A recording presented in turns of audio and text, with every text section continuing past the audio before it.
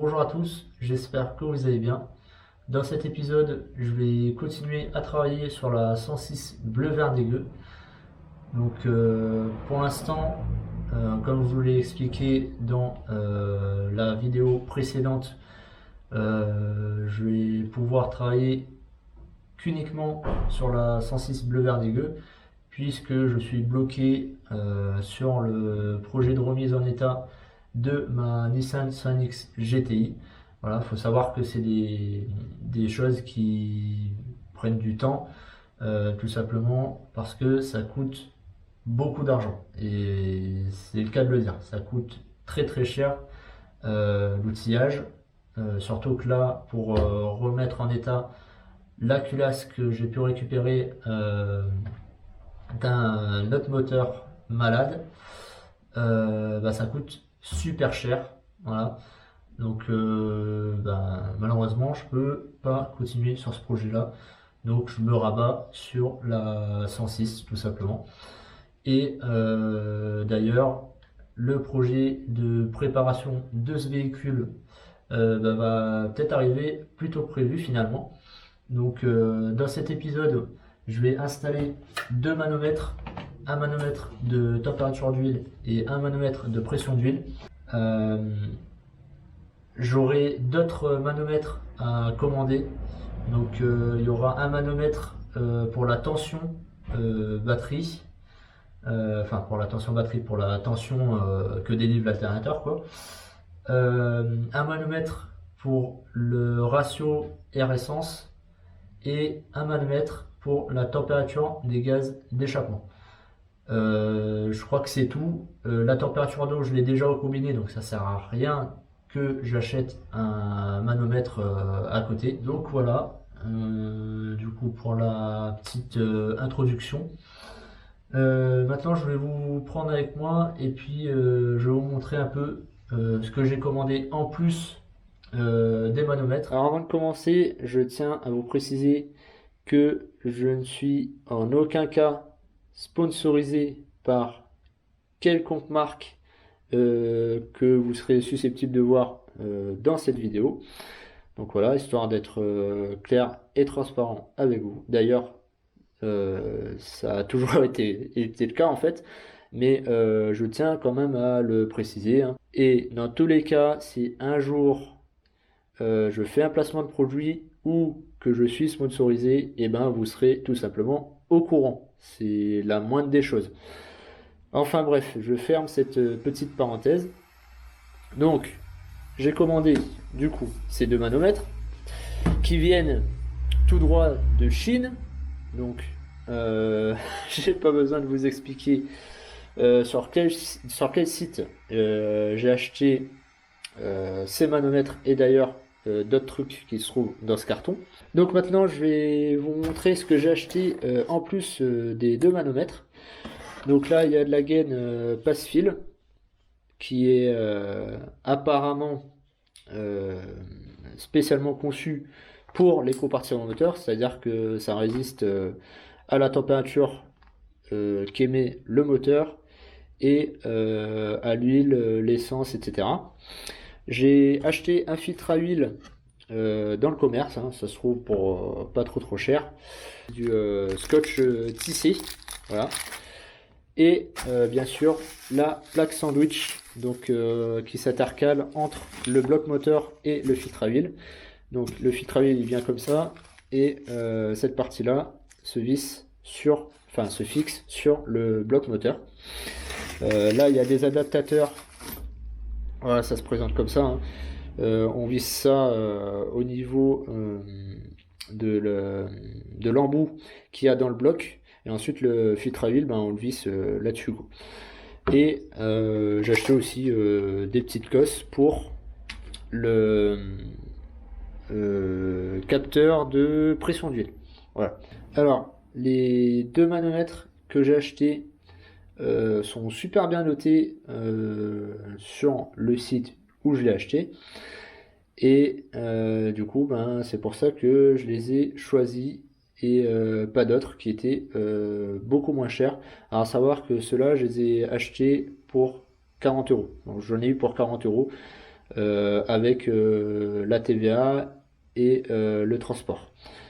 Moi, je trouve que ça va. En tout cas, surtout pour ce petit projet-là, je pense que ça devrait aller. Du coup, voilà, j'ai fait le tour de ce que j'ai commandé pour cette vidéo.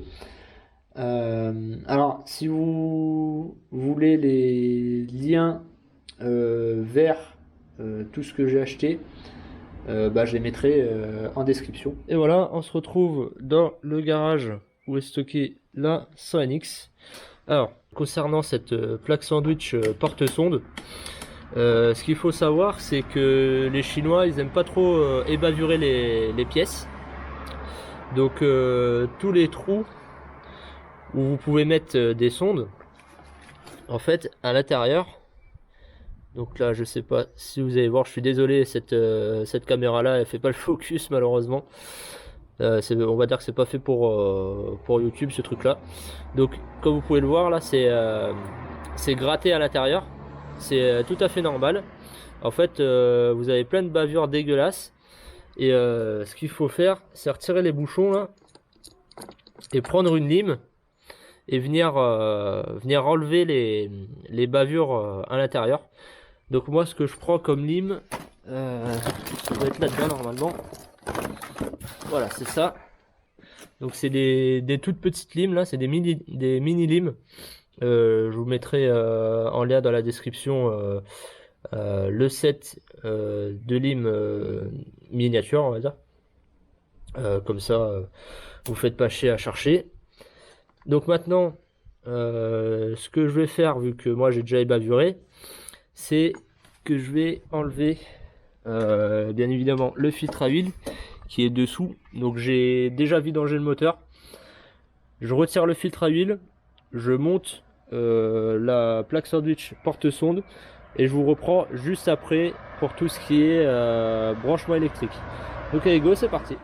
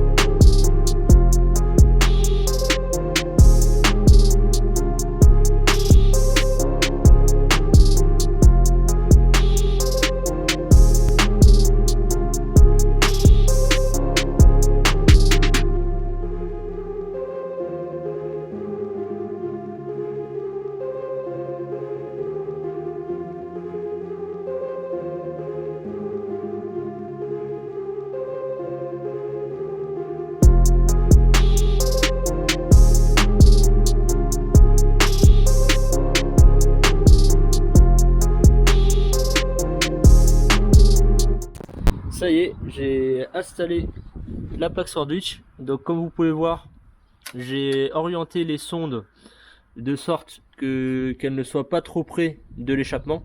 À savoir que par la suite, j'ai le projet de fabriquer mon collecteur d'échappement sur mesure. Donc je vais le faire moi-même. Il sera pas en inox malheureusement, il sera en acier.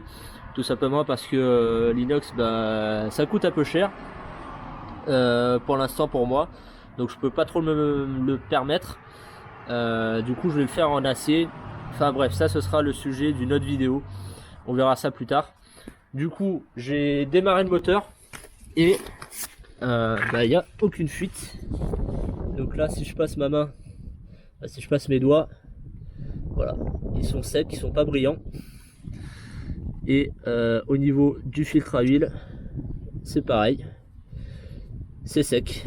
Donc ça c'est bon signe. Du coup maintenant on va passer à l'installation électrique. Donc là j'ai le mano de pression d'huile et ici mano de température d'huile. Alors pour les branchements c'est ultra simple. Vous avez tout qui est expliqué sur les notices qui sont comprises dans le kit.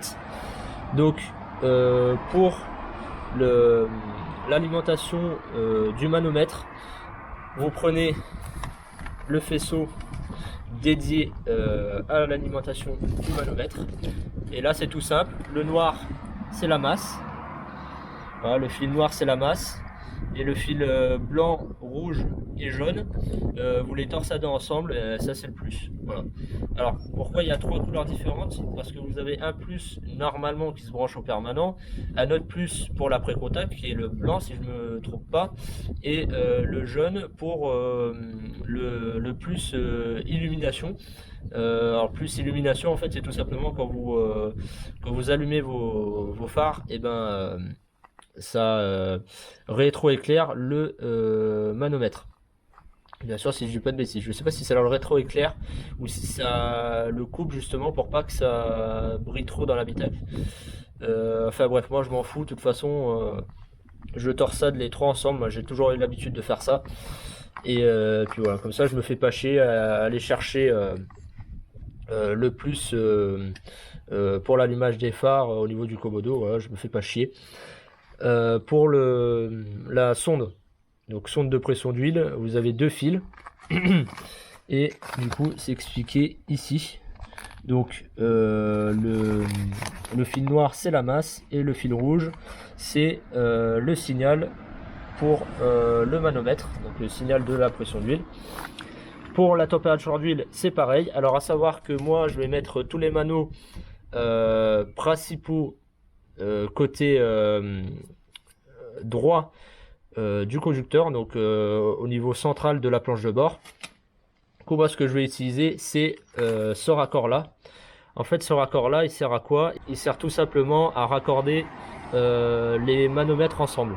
Donc dans chaque kit vous avez une connexion comme ça là, une rallonge, et en fait vous pouvez avoir qu'une seule alimentation sur un seul mano, et ensuite vous avez juste à les brancher tous ensemble. Alors bien sûr là ce sera comme je vous l'ai expliqué, ce sera une installation provisoire. Donc le plus après contact je vais certainement me prendre au niveau de l'autoradio. Voilà. Alors soit au niveau de l'autoradio, soit au niveau de la platine porte fusible dans l'habitacle. Je verrai.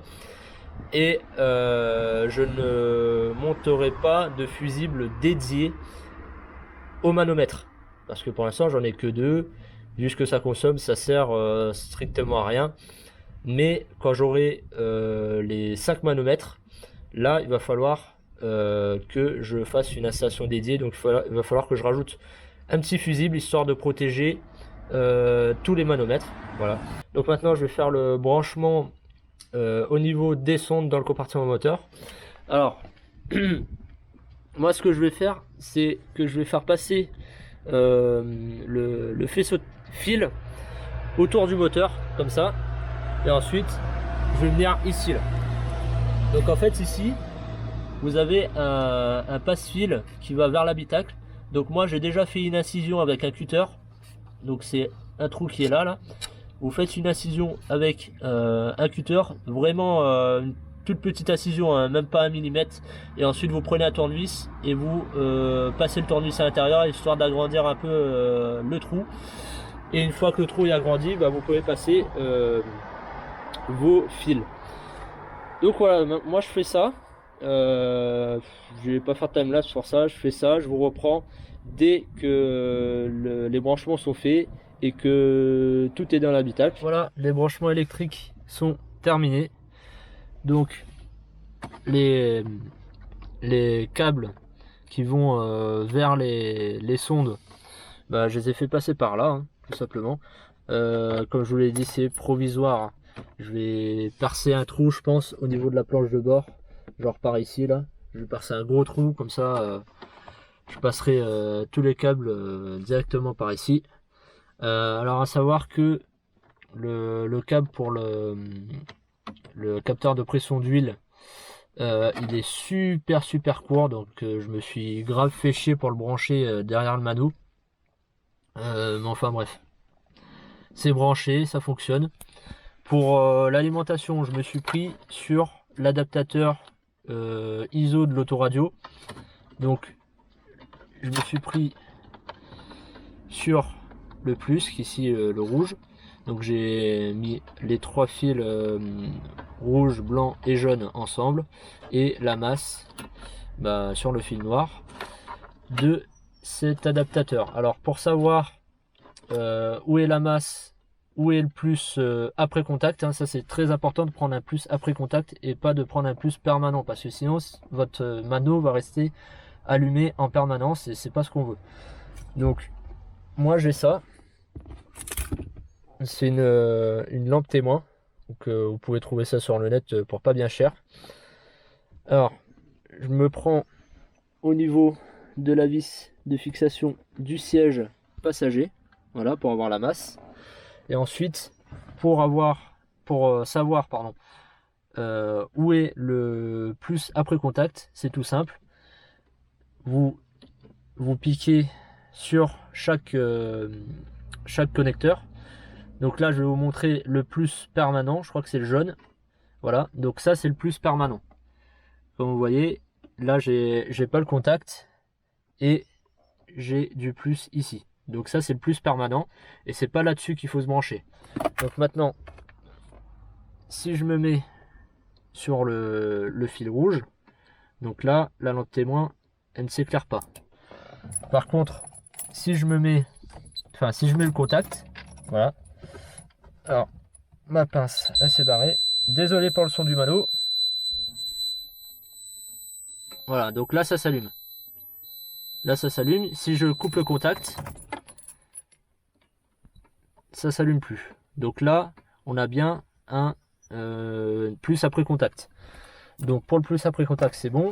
Et ensuite pour trouver la masse, c'est tout simple. Il va vous falloir un multimètre que vous mettrez sur continuité. Donc continuité c'est le pictogramme ici avec l'espèce d'onde là. Vous prenez la pointe par exemple, la pointe du fil noir, vous la mettez au niveau de la vis de fixation du siège côté passager, ou n'importe quelle autre vis qui serait à nu et qui ferait masse, qui est connectée à la caisse directement. Et ensuite vous prenez l'autre fil, donc ici le rouge, et vous venez tâter chaque fil. Il y aura un signal sonore qui retentira et vous aurez une continuité au niveau de l'écran du multimètre qui va s'afficher. Bon, et ben maintenant il est temps d'essayer ça. Hop là.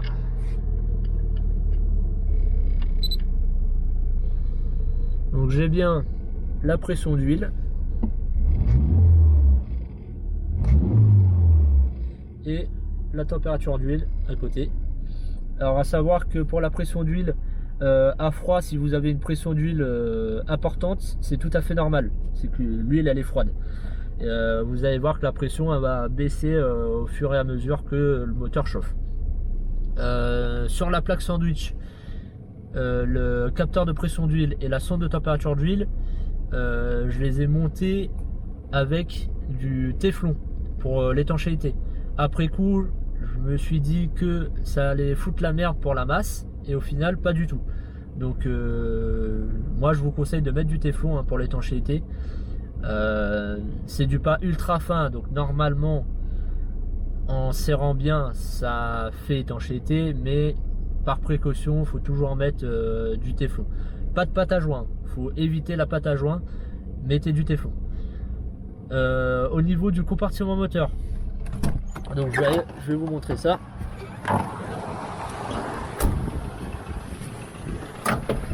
Hop là, désolé, il y a du vent aujourd'hui, donc là le faisceau je le fais passer ici à l'intérieur, donc je vais couper une des oreilles là. Ça sert pas à grand chose, c'est juste pour en fait pour tirer le caoutchouc là, le passe-câble de l'habitacle vers l'extérieur. Ensuite ça passe sous le collecteur d'adduction, ça passe ici vers le carter de distribution, et ensuite ça repart vers le catapulteur d'huile et la sonde de température d'huile. Voilà, tout simplement. Donc ça a été une misère de passer les câbles là-dedans. Moi je me suis aidé d'un tournevis et ça fait le taf. Donc bien sûr, j'avais oublié de bien serrer la borne positive. Quand on touche à de l'électricité, il faut déborner la batterie. C'est obligatoire pour éviter de faire de la merde.